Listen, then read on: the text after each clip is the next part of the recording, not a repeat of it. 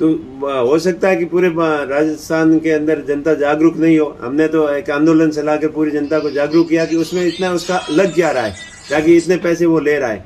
सरकार बजरी है जो नदी के अंदर है, उसके अंदर कोई मैन्युफैक्चरिंग कॉस्ट तो आ नहीं रही। दूसरी जगह हो सकता है कि उसको खांड से निकालने के बाद में उसको क्रेश करते होंगे, वॉशिंग करते होंगे, इसलिए कॉस्ट ज्यादा आती होगी। लेकिन यहाँ तो कुछ कॉस्ट आ ही नहीं रही है, खाली 15 रुपए प्रति टन भराई का खर्चा लगता है। और जो सरकारी रॉयल्टी है वो लगभग 50 रुपए सभी क्रॉस सहित होती है। तो 60-65 रुपए से ज्यादा तो कुछ खर्चा आता ही नहीं है। बाकी ठेकेदार कितना मार्जिन कमाएगा? 100% मार्जिन कमाएगा, उससे ज्यादा क्या कमाएगा? हमारी तो यही मांग है कि इसको आवश्यक वस्तु अधिनियम में लेकर, सबकी आवश्यकता है बजरी, हर किसी को चाहिए, चाहे कांग्रेस का हो, बीजेपी का हो, गरीब हो, अमीर हो, सबके घर में कम काम चलता है। तो बजरी सबकी जरूरत है और ये मेन कंस्ट्रक्शन की विकास की एक मेन आधारभूत चीज है। अच्छा, इससे पहले जब दिवाली से पहले आपकी वार्ता हुई थी प्रशासन के, उन्होंने आपको इस रेट को लेकर कुछ कहा था कि 400 रुपए हम कर देते हैं, आप धरना समाप्त कर दो, इस तरीके की कोई बातचीत हुई थी? हाँ बिल्कुल हुई थी। एसडीएम साहब और एडिशनल एसपी साहब बालोतरा के, उनके साथ में हमारी वार्ता हुई। उन्होंने बोला कि अगर अभी नया दिन है, आप चले जाओ और इसको थोड़ा धरना स्थगित कर दो, 100-150 रुपए हम वैसे ही आपके कम करवा देंगे बातचीत करके। लेकिन हमने तो नहीं माना, करवाएंगे तो पूरा रियल जेन्युइन रेट होनी चाहिए। ये तो 150 रुपए कम करके ऊंट के मुंह में जीरे वाली बात होगी। तो धरना तो आप दे देते और प्रशासन ने आपको तो बुलाया नहीं, ठेकेदार के साथ में उनको बुला दिया। कांग्रेस वालों ने आपको इनविटेशन दिया था कि अब इस धरने के जो वार्ता है, प्रशासन ने कोई इनविटेशन वगैरह दिया था? जो कांग्रेस वाले तो मिल गए ना उस ठेकेदार से। हाँ। वो पिछली 25 तारीख को पड़ाव डाला था, उसके बाद में उनकी कोई सेटिंग वेटिंग हो गई, उसके बाद में वो चुप हुए। तो हमने तो जनता की आवाज उठाने के लिए धरना दिया था। और धरना देने के बाद में हमसे कांग्रेस किसी ने कोई बात नहीं की। उन्होंने तो बाड़मेर की जनता ने इन नेताओं की नींद हराम कर दी, दिन और रात उनको सोने नहीं दिया। जहां कहीं भी फंक्शन में जाते वो एक ही बात करते कि आप बजरी की रेट कम कराओ, कम कराओ। आप क्यों नहीं कुछ कर रहे हैं? आरएलपी वाले धरने पे बैठे हैं और आप रेट क्यों नहीं कम करवा सकते? तो उससे परेशान हो गए कि आरएलपी को कहीं इसका श्रेय नहीं जाए और इसको किसी जल्दबाजी में आनंद फानंद करके इस धरने को और आंदोलन को की दिशा भ्रमित करने के लिए इन्होंने ये प्रयास किया है। लेकिन इनका ये प्रयास हम सफल नहीं होने देंगे। हनुमान जी से बातचीत हुई? आज की जो लेटेस्ट अपडेट है उसको लेकर हनुमान जी से बातचीत हुई? हाँ, हनुमान जी से बात होती रहती है। आज ही बात किस तरीके से बताया कि वो आगे क्या करना है, आने वाले हैं या क्या कुछ कह रहे हैं? हनुमान जी ने यही बताया कि आप धरना जारी रखो और कल प्रदेश अध्यक्ष जी को यहाँ भेजेंगे और 2-4 दिन के अंदर जल्दी उनका प्रोग्राम बढ़ेगा यहाँ। उम्मीदवार राम जी और आरएलपी को क्या लगता है ये धरना समाप्त क्यों, कैसे हुआ? धरना तो इनकी और कांग्रेस और ठेकेदार की दोनों की मिली भगती है और साथ में बीजेपी भी मिली हुई है। और कांग्रेस के जनप्रतिनिधि ये बहाना बना करके किस तरीके से ठेकेदार की मदद करें, वो ठेकेदार की मदद करने के लिए एक ड्रामा किया। ये इनका एक प्रोपेगेंडा था और उस ड्रामे के अंदर इकट्ठे हो गए जनता को ध्यान भ्रमित करने के लिए ये ऐसा। सर, मदन प्रजापति जी कह रहे हैं कि क्या बाकी लोगों को भी धरना उठा देना चाहिए, उनकी भी इच्छा है क्योंकि वो चाहते थे कि रेट कम हो, लेकिन पॉसिबल नहीं है, ठेकेदार का भी ध्यान रखना चाहिए। पॉसिबल क्यों नहीं है? अगर ऐसा ठेकेदार ने उसके अंदर क्या लाके मिला दिया कि बजरी कोई सोने की कर दी क्या? ये नदी के अंदर से निकाल के भरी रहा है तो उसको कितना मार्जिन से इतना कितना इसका एक ठेकेदार का मोटा पेट है जो भरा नहीं जा रहा है। सर, 2 दिन पहले आपने कलेक्ट्रेट का घेराव किया तो उस समय प्रशासन ने आपको क्या आश्वासन दिया था? कलेक्टर का घेराव करने के बाद में ये हरकत में आए। हमारा कलेक्टर का घेराव सुनकर इन्होंने पहले दिन आनंद फानंद में प्रेस कॉन्फ्रेंस करके और जल्दबाजी में कि हम बालोतरा के अंदर करेंगे।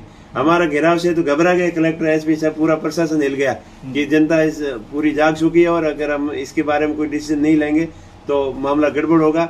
इस वजह से हमारे उस धरने से घबरा कर ही इन्होंने ये किया। अब आगे धरना बालोतरा के अंदर प्रदर्शन है, वो आगे बालोतरा के अंदर ही जारी रहेगा या क्या कुछ प्लानिंग है? वो बालोतरा के अंदर धरना जारी रहेगा और वहाँ पे महापड़ाव डाला जाएगा। ठीक, धन्यवाद। धन्यवाद सर।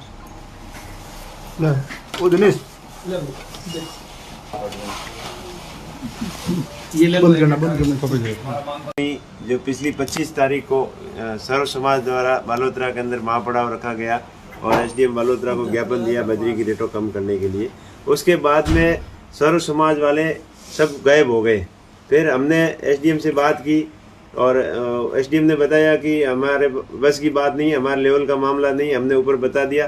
फिर भी हमने 5-7 दिन का टाइम देके पिछले 17 तारीख से हम धरने पे बैठे थे, तब से धरना हमारा जारी था। इस बीच 2 दिन पहले ये कांग्रेस पार्टी द्वारा सर्व समाज का बहाना बनाकर एक वहाँ पड़ाव रखा गया और वहाँ सब मंत्री वगैरह विधायक इकट्ठे होकर एक प्रोपेगेंडा किया और इस धरने को विफल करने की कोशिश की। और हमने सुना है कि उनकी कोई वैसी वार्ता हुई है कि 100-150 रुपये कम करके इतिश्री कर दिया, लेकिन बजरी की रेट बहुत ज़्यादा है, 550 रुपये प्रति टन बहुत ही ज़्यादा थी, इसलिए आंदोलन किया। और अभी ऐसा सुनने में आया है कि उन्होंने 150 रुपये कम करके इस आंदोलन को ख़त्म किया उनकी तरफ से। लेकिन ये हमारा जो बजरी आंदोलन चल रहा है इसको राह भटकाने की कोशिश कर रहे हैं, लेकिन हमारा अभी धरना जारी रहेगा जब तक रेट वाजिब रेट नहीं होगी तब तक ये जारी रहेगा। और हमने हमारी मांग पत्र में तो 100 रुपये टन का ही लिखा है, क्योंकि 50 रुपये सरकारी रेट हो गई और 50 रुपये ठेकेदार का मार्जिन हो गया, या लीज का समझ लो ये हो गया। अच्छा, आज जब वार्ता हुई थी ठेकेदार के बीच, क्या आप उस वार्ता में शामिल नहीं थे? नहीं, हमने तो वाया मीडिया सुना था, कोई हम उस वार्ता में न तो किसी ने बुलाया न कहीं। आपको किसी ने बुलाया नहीं? नहीं। तो आरएलपी की क्या मांग है, क्या चाहते हैं आखिर? आरएलपी की यही मांग है कि 100 रुपये इसका रेट हो बजरी की, 100 रुपये टन से ज़्यादा नहीं हो, और ट्रैक्टर जो हाथ से भर के किसान ले जाते हैं उसको ऊँट गाड़ा की श्रेणी में लेकर उसको फ्री किया जाए।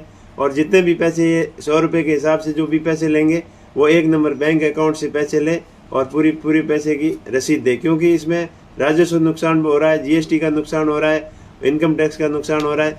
ये कांग्रेस सरकार की पूरी एक ठेकेदार के साथ पूरी मिली भगती है, और ये दूसरों के ऊपर आरोप इसलिए लगाते हैं कि खुद चोर हैं, चुप मिले हुए हैं, इसलिए दूसरों के ऊपर आरोप लगाते हैं। और इससे साफ जाहिर हो रहा है कि जिस समय सरकार संकट में थी तब 1.5 महीना सूर्यगढ़ होटल के अंदर जिस ठेकेदार ने इनकी मेहमानबाजी की, खातिरदारी की, उसका पूरा फ़ायदा पहुंचाने के लिए ये नाटकबाजी कर रहे हैं। जनता को बेरहमी से लूटा जा रहा है, इनको जनता की कोई परवाह नहीं है। तो आज तो बीजेपी भी साथ में थी, और बीजेपी कांग्रेस तो अभी मिल गई है ना। हमारे नेताजी भी, हनुमान जी भी ये हमेशा कहते हैं कि गठजोड़ है। ये पिछले 20-25 साल से इनका एक बार ये और एक बार ये इनकी बारी बांधी हुई है, क्योंकि जब बीजेपी गवर्नमेंट थी तब मुख्यमंत्री खुद ने जयपुर की विधानसभा के अंदर बोला था कि 5 करोड़ की मंथली हर महीने बीजेपी सरकार में ये ठेकेदार देता है। लेकिन उसी ठेकेदार को इन्होंने ठेका देकर ये साफ जाहिर कर दिया कि ये दोनों मिले जुले हैं, और ठेकेदार से इनकी मंथली पूरी जा रही है। और अभी चुनाव का साल आने वाला है, 4 साल कांग्रेस सरकार के पूरे हो गए, अब 1 साल बचा हुआ है। उस साल के 1 साल के अंदर कितने मतलब इस जनता से ब्लैक मनी जितनी इकट्ठी कर सके उतनी करके इस चुनाव में खर्च करने के लिए इस ठेकेदार के थ्रू जनता से लूट मचा रखी है। आगे का क्या प्लान रहेगा, किस तरीके से फिर आगे आंदोलन चलेगा आपका? हमारा धरना जारी रहेगा, जब तक हमारी पूरी मांगे नहीं मानेंगे तब जारी रहेगा। कल हमारे प्रदेश अध्यक्ष जी धरने पे पधार रहे हैं, पुखराज जी गर्ग साहब, और 2-3 दिन में जल्दी हनुमान जी भी आएंगे, और लाखों की संख्या में हम वहाँ पड़ाव डालेंगे बालोतरा के अंदर, और हमारी मांग मनवा के ही रहेंगे। उमेदाराम जी, उन लोगों का ये तर्क है, मैंने उनकी बाइट सुनी, मदन प्रजापति की भी सुनी, हेमाराम जी की सुनी। उनका ये तर्क है कि पूरे राजस्थान के अंदर हमने रेट को रिव्यू किया है, जहां पर भी बजरी का खनन चल रहा है, कहीं पर 560 रुपये, सबसे ज्यादा कम है 420 रुपये, अब उससे ज्यादा कम बाड़मेर जिले के अंदर, पूरे राजस्थान के अंदर 400 रुपये रेट रखी गई है, और दूसरी रखी गई है 300 रुपये। ये तर्क दिया गया है उनकी ओर से कि जहां पर भी बजरी का खनन चल रहा है उसमें सबसे ज्यादा कम अगर जो कहीं रेट अब होगी तो वो बाड़मेर की रेट होगी।